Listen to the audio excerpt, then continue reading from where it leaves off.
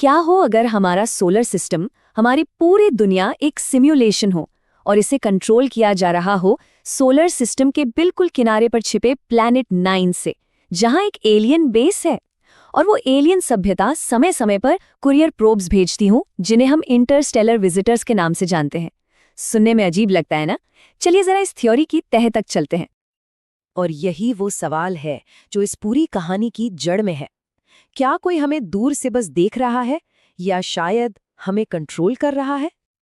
अब जरा इस बात पर गौर कीजिए। पूरे मानव इतिहास में हमने कभी भी हमारे सोलर सिस्टम के बाहर से आया कोई ऑब्जेक्ट नहीं देखा था, कभी नहीं। और फिर अचानक पिछले कुछ ही सालों में एक दो नहीं बल्कि तीन तीन रहस्यमयी मेहमान हमारे घर से होकर गुजरे। आखिर ऐसा क्या बदल गया?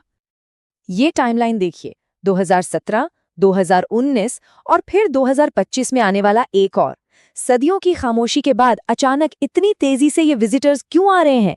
ये महज एक इत्तेफाक तो नहीं हो सकता। यहाँ एक पैटर्न बनता दिख रहा है जिसे नजरअंदाज करना बहुत मुश्किल है।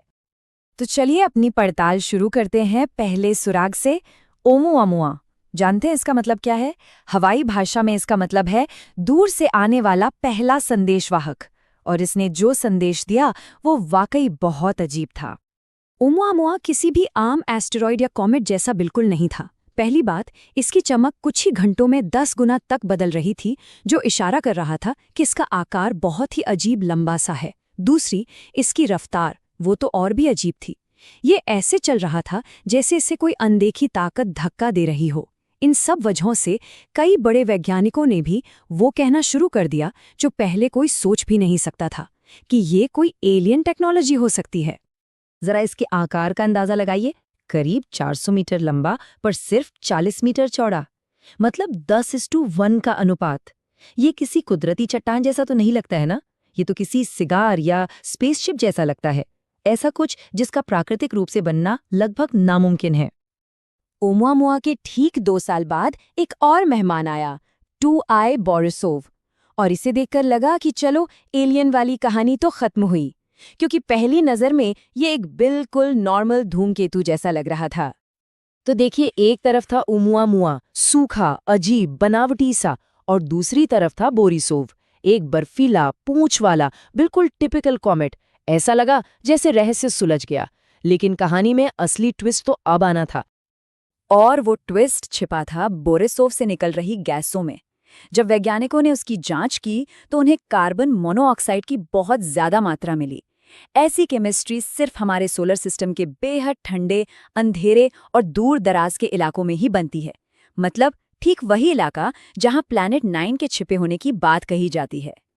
तो अब कहानी में एंट्री होती है तीसरे विजिटर की, 3I एटलस। और इसके आने से ये पूरा पैटर्न और भी ज्यादा गहरा और रहस्यमयी हो जाता है। 3I एटलस को घोस्टली ब्लू विजिटर यानी भूतिया नीला मेहमान कहा गया। एक अजीब नीले हरे रंग का धूमकेतु जो बाकी ग्रहों के साथ नहीं बल्कि उनके उल्टी दिशा में चल रहा था।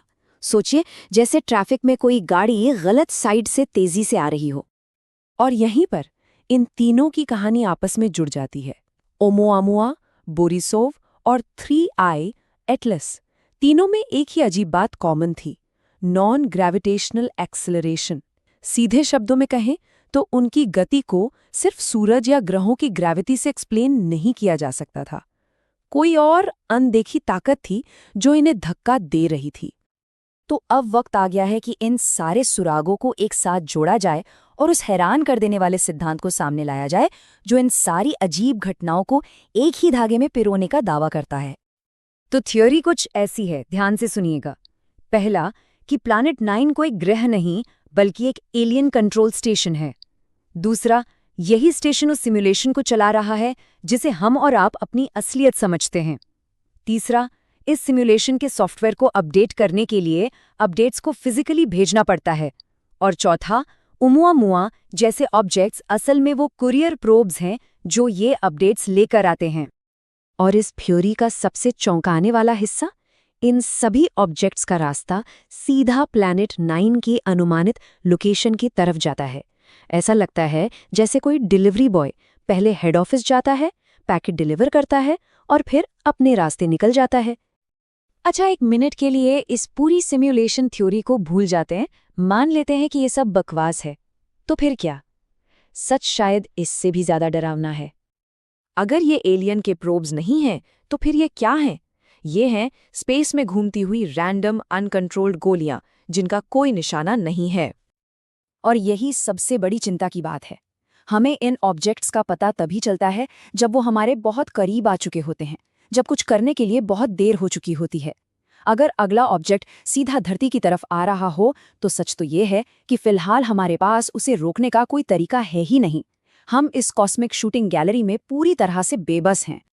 तो आखिर में सवाल यही है, ये आने वाले मेहमान किसी बड़े एलियन प्लान का हिस्सा हैं, या हम सब बस किस्मत के एक खतरनाक खेल का हिस्सा हैं, जहां अगला पत्थर कब कहां से आएगा कोई नहीं जानता।